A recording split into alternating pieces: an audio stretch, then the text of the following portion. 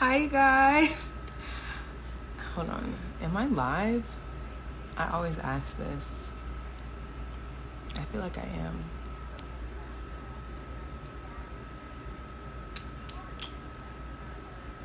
Let's see.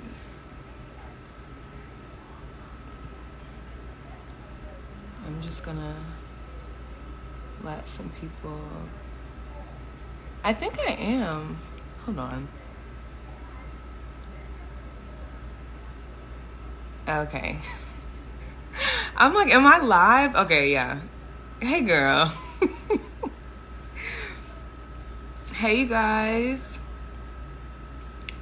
So I'm just going to kind of give a rundown of what today's talk will be, and I'll let.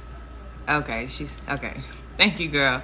Then I'll add Black Farmers Collective, and we'll go from there. Okay, you got they already joined. Okay. So I have to give a rundown. Then I'm gonna let Black Farmers Collective on, and then we'll go about the live. So today's talk, I really wanted to talk about food insecurity. I have a little script, y'all. So, millions of people in America don't have access to food, increasing hunger and malnutrition in many households.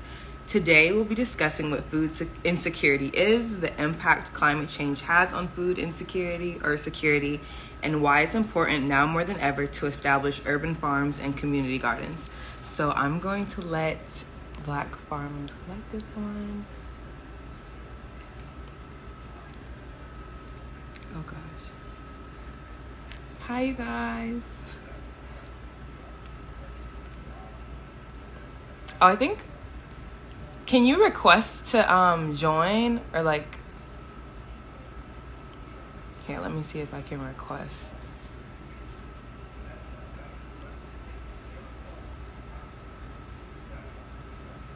Okay, I see it.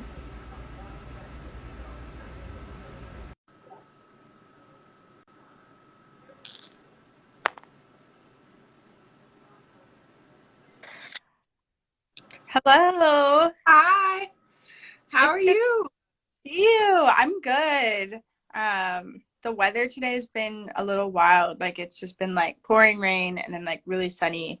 So I just got home and like showered and I'm really excited to talk to you. Yeah, I feel like when the last time we talked. Oh, I didn't even tell you. The last time we talked about what did we talk about? Oh, gender discrepancies in urban farming, Yeah. and I tell you, thank you so much for being. Oh, they probably don't know, but you guys, I did like a research project last semester, and Hannah was one of the interviewees that I interviewed for my research project. And I wanted to tell you, thank you so much because I actually got to present that research at the New Horizons Conservation Conference at Yale. So, yeah. Congratulations. That's so cool. And I And was, I'm help. Like it was so fun chatting with you and like it's a really I don't know, it's a topic that's not really talked about yeah. in many places. So Yeah. yeah, cool. Hi, everybody. Everybody's like joining. Oh, okay. Let me start. Okay, so hey everybody, my name is Riley Kay. I kind of gave like a rundown earlier, but today we'll be discussing what food insecurity is, the impact climate change has on food security, and why it's important now more than ever to establish urban farms, community gardens. So Hannah, if you want to like give like a rundown or like tell us what you do, what the Black Farmers Collective is. Yeah, absolutely. So my name is Hannah Wilson. I use she and they pronouns. And I'm the farm manager at Yes Farm, which is an urban farm initiative of the Black Farmers Collective here in Seattle.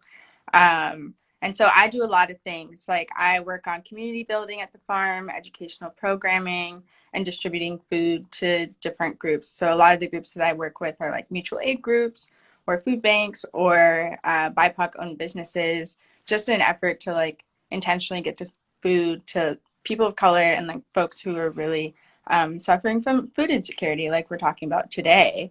And the Black Farmers Collective as a whole is sort of like an umbrella organization of like farmers, organizers, educators, and just like leaders in the food system, mainly Black folks who are like on the board, like managing the organization are running the ship right now. But it's a really amazing organization because we're trying to tackle sort of like the educational aspect, the community building aspect, sort of the health aspect from sort of like nutrition, but also environmental health and access to green spaces. And like going along with that, like what does it mean for us to like acquire land and help there be more Black farmers in the US like agricultural field, especially since there's a long history of Black farmers um, having land and then having it taken away from the USDA, and then just like now just having it be really difficult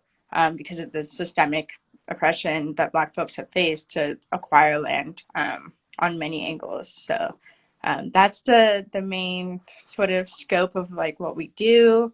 At Yes Farm, I like have two like community farm days every week. So I like teach folks how to farm. They like come and volunteer. I also invite groups down. So there'll be like youth from like different schools and organizations coming down.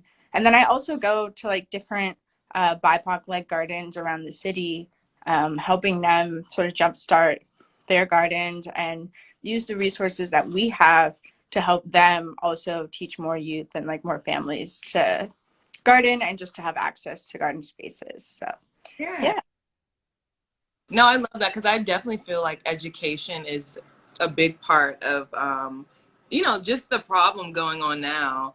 People aren't educated about, where they can get healthy foods. And I'm getting ahead of myself, but like, that's definitely a part that we'll talk about later in the talk. But Absolutely. so if you could tell us what an urban farm or community garden is, because I know some people are like, what is that? And I think last time, oh, hi, Emily, we talked about, last time we talked about how a lot of times there's this out of sight, out of mind mindset when it comes to food.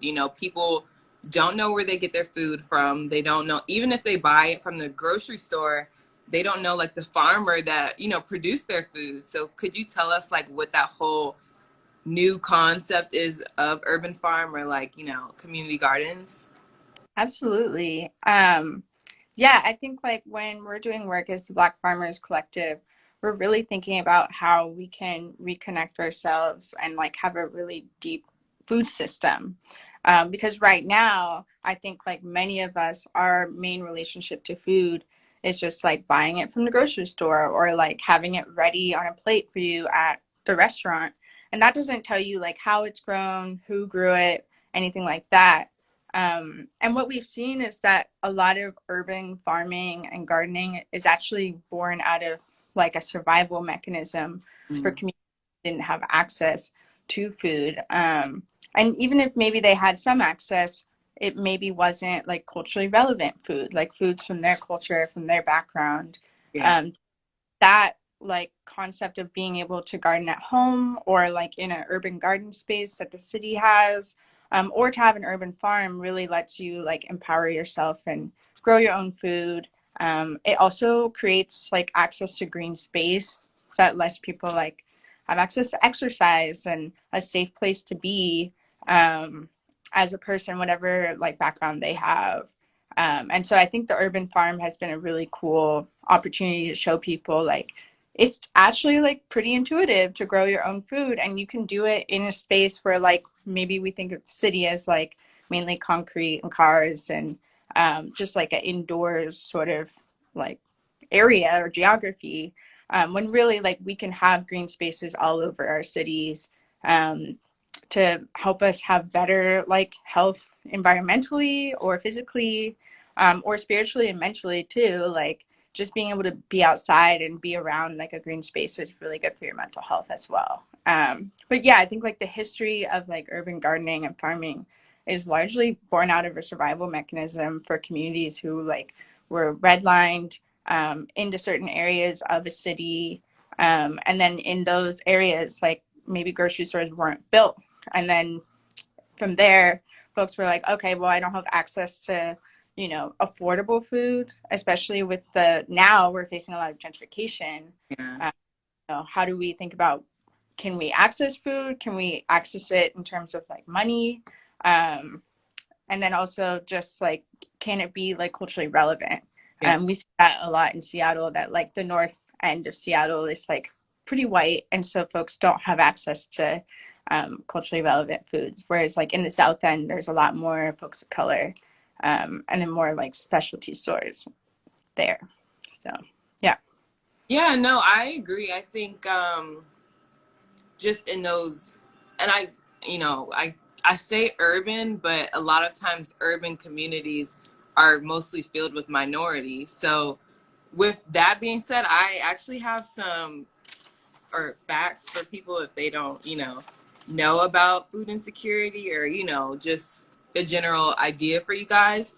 Um, so, as our world is changing and deteriorating from our actions, this not only affects other organisms, but it affects us indirectly. It affects our way of life, how we live amongst each other, tolerate each other, how we survive, how we drink fresh water, migrate to new places, and like today's topic, how we access food. Um, and I think a lot of times, I built this platform for environmental topics, but as I'm growing in this field and thinking about my career trajectory, I'm seeing that a lot of environmental topics kind of connect with human rights, like what people, the quality of life people have access to. And some facts about food insecurity: due to the effects of COVID, the pandemic recently, over 42 million people may experience food insecurity. And like that's a lot of, oh, sorry.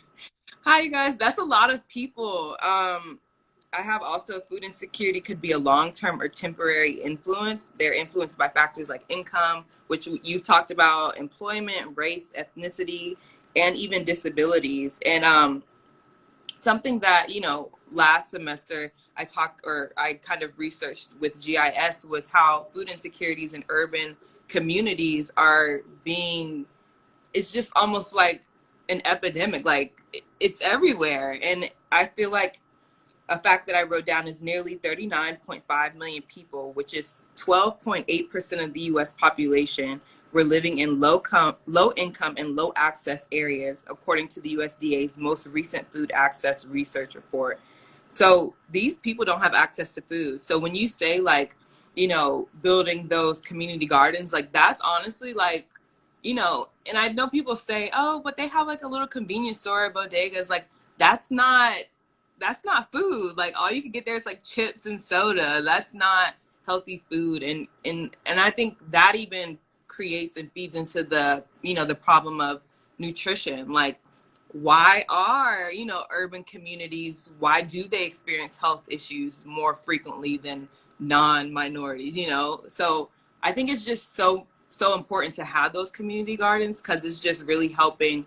I think one is helping, create more opportunities for people to have access to fresh food, but also it's showing more people, there's more problems that we need to look at.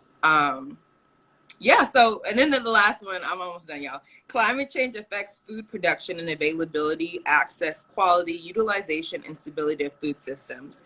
So climate change is something that we all know about. Y'all told me in a poll. We know, Riley, we get it.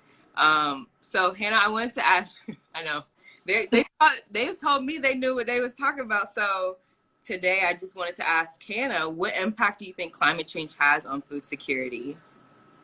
Yeah, there's so many things that climate change has impacts on in terms of food and how we access it. We'll see it like in urban areas as you know, like when we are experiencing warmer weather, we're also going to see that there's more urban heat islands that we see. It's much warmer in the cities. Like people who live in cities are going to be impacted by how warm it is, and that has a direct impact on your health. And then for farmers, we're going to see that it is harder to grow food when the weather is really unpredictable, and we're going to have to start adapting to more extreme weather changes. So I've already talked to farmers this year who are like, oh no, like I have never experienced like such warm weather, and then it dropped down to Yeah. like all of a sudden 1 week. And so like that's something that's never happened before, and we're going to see that if we have hyper local food systems, we're going to be able to adapt to that better. If we're going to have hyper local food systems, we'll be able to set up greenhouses and have access to multiple sources of food. Whereas like we might see that most of our food is coming from the Midwest, or even shipped in from other countries. And if they have like a monoculture of food and they lose an entire crop, then the grocery stores are not going to have food for us to buy. And people aren't going to predict that. And then when we're thinking about shipping food, and like, how will that be possible when we have more extreme weather events and it's harder to ship food? Yeah. And like, how will the quality of food be like once it gets here, Yeah. if that's the case? So there's a lot of things. And I think that like when we're able to have more hyperlocal food systems, we're also going to like have less of an impact on the, Explain that. oh, The hype. should I more? Yeah. So when I'm talking about hyperlocal food systems, I'm thinking about how we can build food systems within cities or counties or like regions, basically. And I think that this is really important because then we can like share resources across these regional areas. And then if one area, when we think about California, like how are they as our main like producer of food like across the entire US going to adapt to like becoming essentially like a desert? They're going to have to change the way that they grow food. And if we don't all have local food systems that can grow food that can adapt to the local climate, and also not be, I think like one thing I think about is how like there's such a burden on like a small group of people to grow all this food. Yeah. And that we're exploiting workers more, we're exploiting the land more because we're expecting so much out of it, and just not practicing like good sustainable like ecological practices when it comes to farming.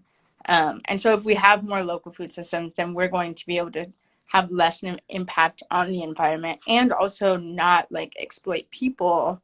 And we're also going to make sure people are fed in the process. So like you said, it's like very much like a human rights issue when we're talking about food. And I think that's why I really love farming, is because it's really like the intersection of the environment, like the people, like culture. Yeah. Um, we all need food. That is like one thing we all have in common.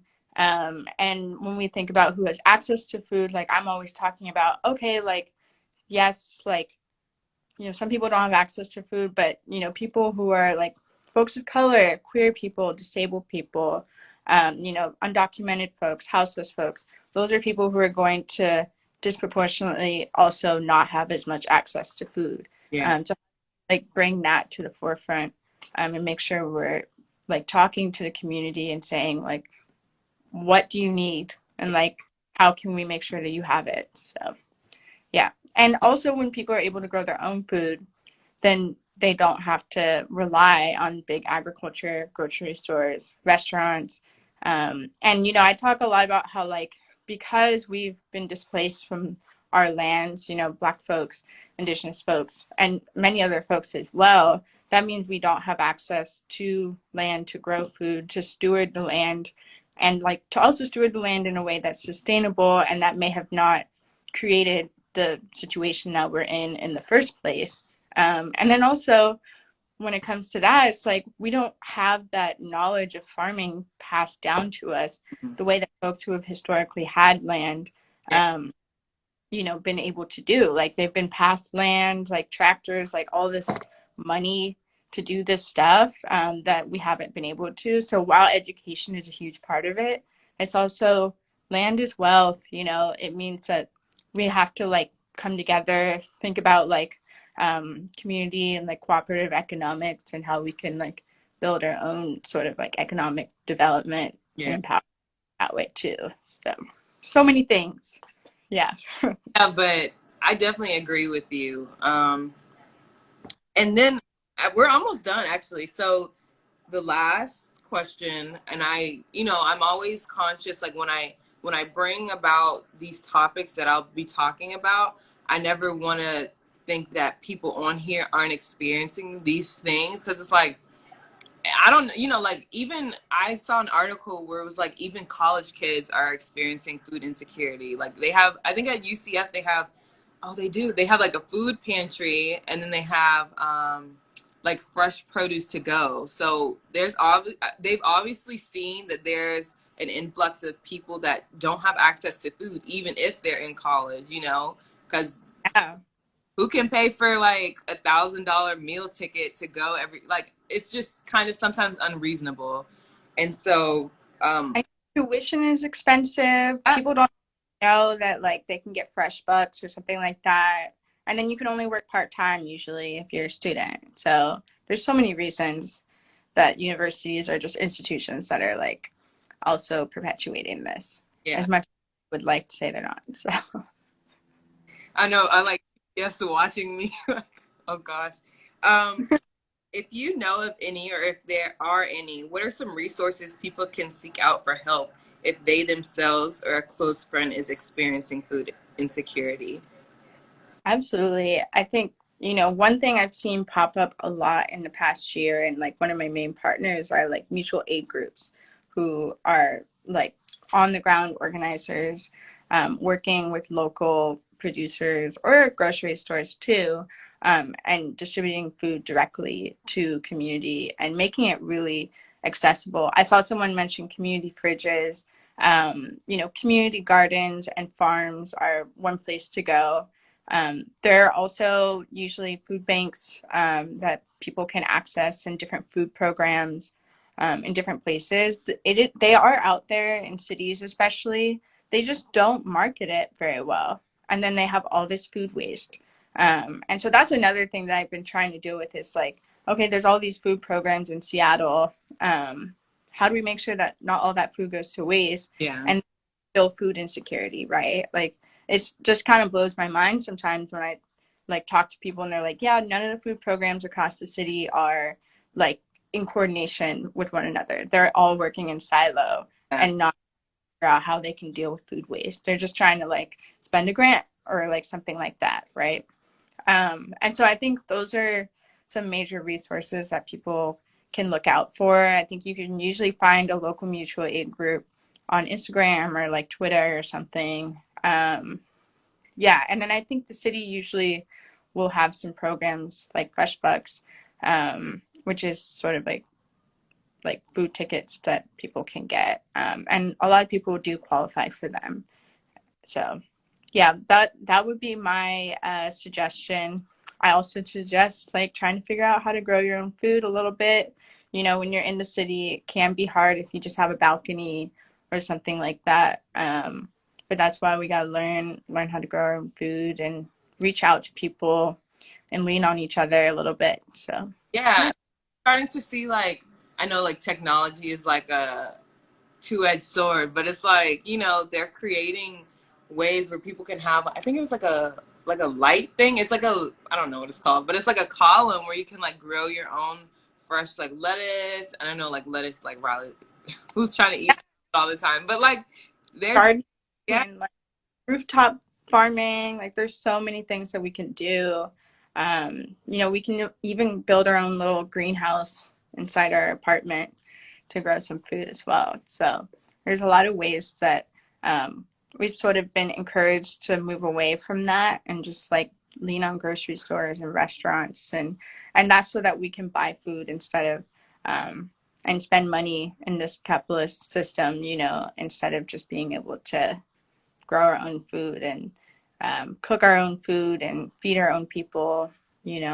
And it's definitely like when you grow your own food and then like you actually see it being incorporated into the food you eat, or like, the dishes you make, it definitely is like a wholesome, I don't know, it's just like a wholesome experience, because you're like, I grew that, and it's just kind of like this connection with the earth around you. And it just, I don't know, it's just like it's different from when you go to the store and you get it.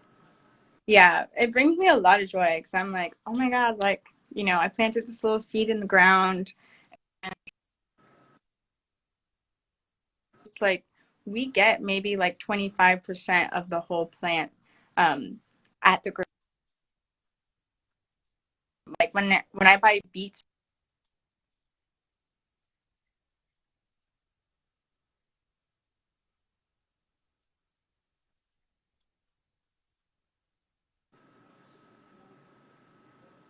Oh, is that mine?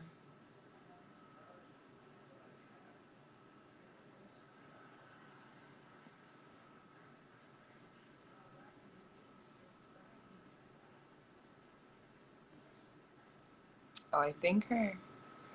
Is that mine, y'all? I think it's either mine or hers.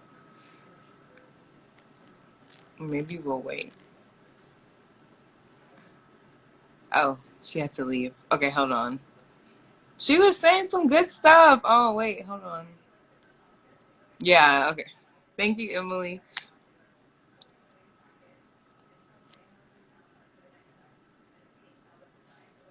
She was saying some good stuff. You see, like, I'm you, back. I'm like, oh, dang, she was saying some good stuff. I think I remember where I was. It's just that we waste so much food when we rely on grocery stores too. Like when we grow our own food, we're able to like eat the greens, we're able to save the seeds, we're able to eat the flowers. We're able to like feed pollinators too if we have the flowers. There's so many things that we miss out on when we just have a relationship to food that's at the grocery store, you know. And like they sell us like organic, like it's organic, but even then, like you're missing out on so much, right? We don't really know what um, organic food is because oftentimes it's like 80% of the food has to be organic at a farm or something like that, which I think is like is fair, you know, but at the same time, it's like we're not being guaranteed anything. Uh, Yeah, and having that direct relationship with farmers and people who work in the food system is really important so that we value our food the way it should be too. yeah. And so I honestly really enjoyed this. I know like we've talked before, but just being able to, bring this topic to people that either know about it or just wanted to learn more about it is amazing. I saw a question. I don't know if you wanted to answer, because I'm not the expert. I It says, how does having access to fresh produce impact how we prepare food in a way that is healthy and culturally appropriate? Oh, I think that was my dad. Oh, hi, Dad. It's a great question.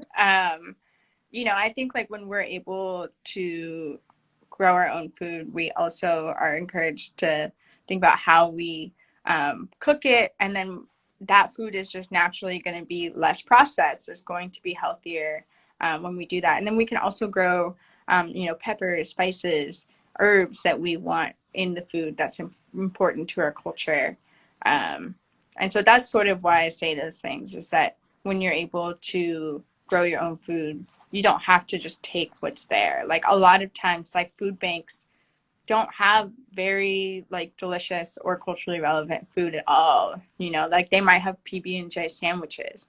You know, that's I need something more spicy than that. Yeah, Um, so yeah, I think you know that's what I mean when it's so important to have like that access to your own food because then you can grow the food, you can buy the spices or grow your own spices, and then you'll be able to like feed your family and all of that. So yeah. well, thank you so much for doing this, Hannah. I really enjoyed talking. Oh, they're laughing. I really enjoyed talking with you. Um, my sister, she was like, I love fresh and organic vegetables. They make you feel so much more energy. Yes, girl, they do. And like Yeah. even I know I'm supposed to be wrapping up, but even like when you see people and they're like, oh yeah, I eat organic, I eat vegetables, and I just feel like they look so much. I don't know, they just look healthier. I'm like, why is your skin glowing? It's like because I eat vegetables, but I'm just I'm just fine. But No, yeah, true. I think we feel better and we feel like a lot of like fulfillment and joy from eating well. And then we can be in better relationship with each other and have more like energy um, to do the things that we love. So, and yeah. share with other people as well. So, And also the fight for liberation too. Yeah. She said they look clean. I'm dead. Okay. I thank you guys so much for joining us. Thank you, Hannah, for doing this. You guys go check out their page. I'll probably like add it in the caption so they can go to you guys' page and see where you're up to. Um, so yeah, I guess I'll see you guys next time. And bye. Yeah, thank you for having me. Follow us at Black Farmers Collective. I'll try to come by this summer too. Oh my gosh, you're gonna be in town. Yeah, I'll try to come slide by and like volunteer or something. Yes. Oh my gosh. Okay, I can't wait. Okay. Soon. Bye, Riley. Bye. Oh, everybody that's just joining, it's gonna be posted. Yeah, so it's be posted, and I'll talk to you guys and see you guys next time. Bye.